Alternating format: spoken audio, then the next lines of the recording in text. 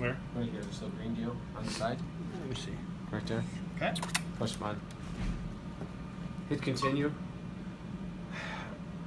Usually a half-second rise, and that pressure limit's fine. Okay. You can change whatever flow rate the doctor wants. 12 for. You can do you just touch screen it. 12 for 30 or 12 for 45. Whatever flow rate and what volume they want, you can adjust it. You just touch it, hit enter. Yep. If you want some different pressure limits, which I usually don't, not for an LV gram, 1,000 Right. fine. The half-second rise is fine. This Single deal, arm, right? single arm. That's all you need. Because we're only going to do a single injection. This system here is where you're going to put your canister. There's going to be a ridge on the top of that canister that you're going to stick in here. You'll see it. Line it up with this arrow when you put it in. Why was it so hard the one time we had it in here? I don't know, but what happens is you do have to push it in, And okay? then pop this over. And then it'll pop over then very Okay, easily. So okay. push that canister We in, couldn't get that line the in ridge for on anything. on your injection tube with that arrow, push it down first, then pull this over, and it latches. Okay. You have a cap on top. Take that off. Do not touch the top. Keep that sterile. There'll be a tube in the carton. Keep the top part sterile and the bottom part sterile, half sterile. You can grab it in the middle. Okay? Now you have this here. You're going to hit enable, and you're going to advance your plunger all the way to the top now that the cartridge is in there.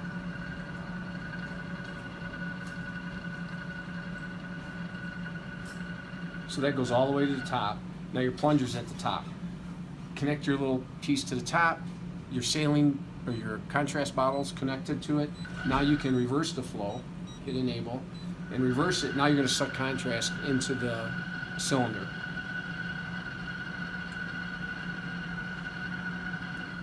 Now that the contrast's in there, you can have a little gap about so much of air. You can either enable it and do it this way, That just gives Kind of it a a little bit little. and that's just giving it a push up to get the air out, or you can manually turn it by hand if you and want. You'll see it rise. And you'll see the contrast rise. When you see it coming out here, you're good. So you're good there. Next thing you're going to do, you're going to come over here to the table. Let's make it realistic. You're going to bring this over to the table here. You're going to drop off a long piece of pressure tubing. It's probably about 3 feet long. High pressure tubing. Keep it sterile. Hand it off to the doc. He's going to take it. At this point, he'll hand you that. You attach it to the top here. You've already removed the air from the cylinder. You attach it to the top here. Now what you're going to do is he's going to have you can either do it through this or at the bottom you can crank it to get the contrast to flow. So either way, enable, advance, but you got to go easy with the advance because you don't want to spray the dock. Okay, so I always like using the hand. I just do the hand, turn it clockwise to advance it, counterclockwise to bring it down. How quickly will it? You got to spin it. You got Because to you'll spin it. see it coming up and out. So and you're going to run it all the way to the flush fluid, whole runs line. through the whole tube, and it's coming out. Okay? At that point, he's just going to say, okay, that's good there. Now you're going to turn this device like this. So if there is a remaining air bubble, it's going to go to the top.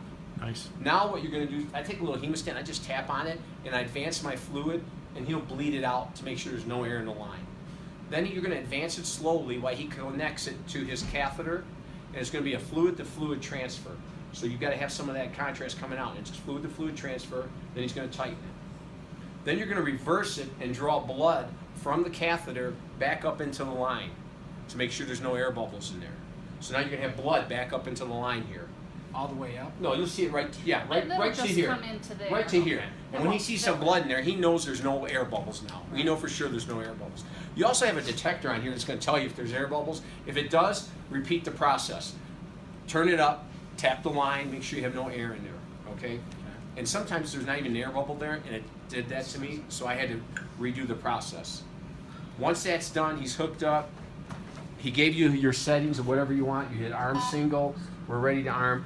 I mean, it's going to tell you what you didn't do. Okay, we don't have a syringe in there. We didn't close the drop front. We didn't advance the plunger. We didn't rotate the head and purge. We haven't done that because we don't have a cylinder in there. So now it's going to flash, and the light's going to flash, and it's going to say you're ready to inject. So just take your button. Doctor's going to step on Cine. He's going to say inject. Hold the button down. It's only going to deliver 45 milliliters at a flow rate of 12 milliliters a second, because that's what you set it for. And it'll be done.